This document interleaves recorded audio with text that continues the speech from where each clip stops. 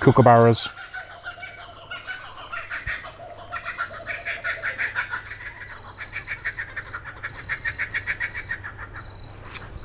Gotta love it.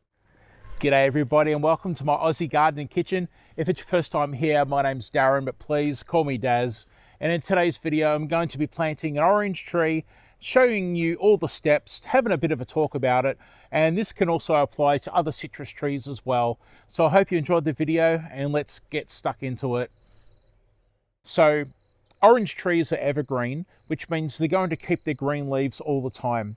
So that's something you can consider for your garden planning, that you've got a tree that's going to be in the yard, and unlike other fruit trees, say peaches and plums for instance, it's not going to lose its leaves. It is going to keep that green foliage. Now, depending on the variety and where you are, etc., you're looking at oranges ripening, say, from late autumn, fall, through winter and into a little bit of spring. So that's a time of year that you can really look forward to having fresh juice brought in from outside. Well, you don't bring the juice from outside, you bring the oranges in from outside and make that fresh juice, or use them however you like. Okay, so it's time to get this tree into the ground.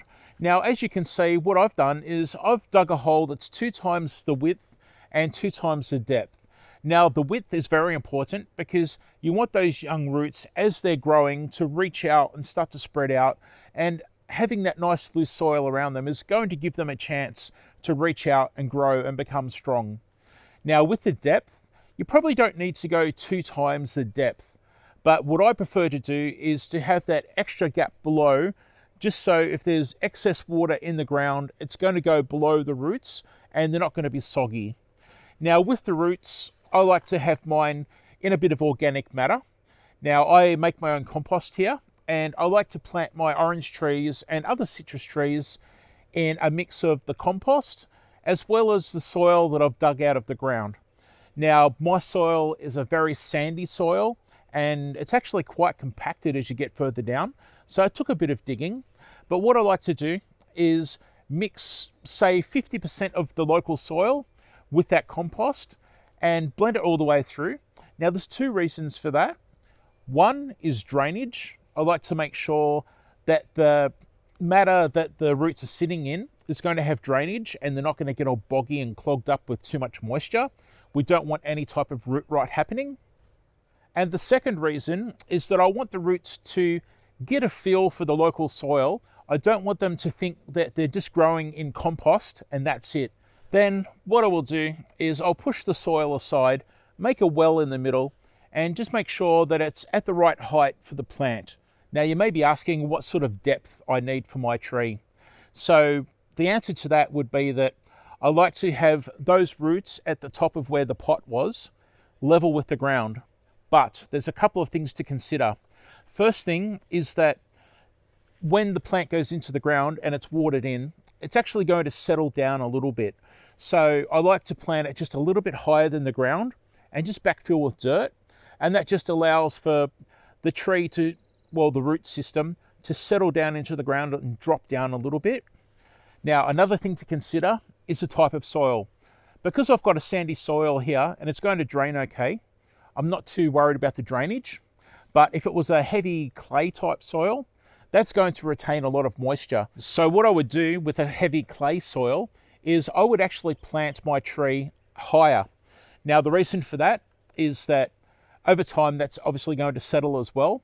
But because that heavy clay soil is going to retain a lot of moisture, I just want to make sure that the roots are sitting up a little higher in that hole and are not going to be sitting in a sludgy mess down low and causing all types of issues such as root rot. Now, when placing the potted plant into the soil, I'm looking at the roots and I'm making sure that the roots don't go around in circles in a spiral fashion, because you don't want them to continue to do that once they're into the ground. So if they do, it's not going to hurt to get a sharp knife and to be very careful and just cut down the side of the pot, well, down the side of the roots, just to stop those roots from continuing in that circle fashion. And you can get your fingers in there and just gently separate them a little bit when you're placing it into the soil.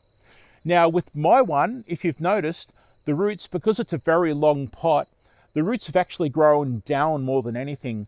So all I've done is at the very bottom of where the root section is, I've got my fingers and I've teased the roots out and I've fanned them out away from the root ball. Well, I say ball, but it's actually a long, but you know what I mean. So then what's going to happen is now those roots are going to shoot out sideways. They're not going to continue to go straight down. So once you get that tree into the ground and you're backfilling all the dirt, you need to make sure that you don't have any air pockets. I always mention this in my videos. You don't want air pockets around your roots. That's not a good thing. You want all your roots to have 100% contact with soil at all times. So just make sure that when you're backfilling, you're getting the soil in there and you're pushing around. And you might see me in this video actually compacting the soil with my hands, just making sure that all that soil is compressed down around the roots. Now that I've backfilled, I like to look at that root ball and just see where the top of the roots are according to the ground around it, just making sure things are sitting properly. And then I like to bring in a little bit of fertilizer, not too much. This is just a bone meal, or blood and bone is what this one is here in Australia. And I'm just going to sprinkle that all around the roots slightly on the top and then fill in with more soil over the top of that.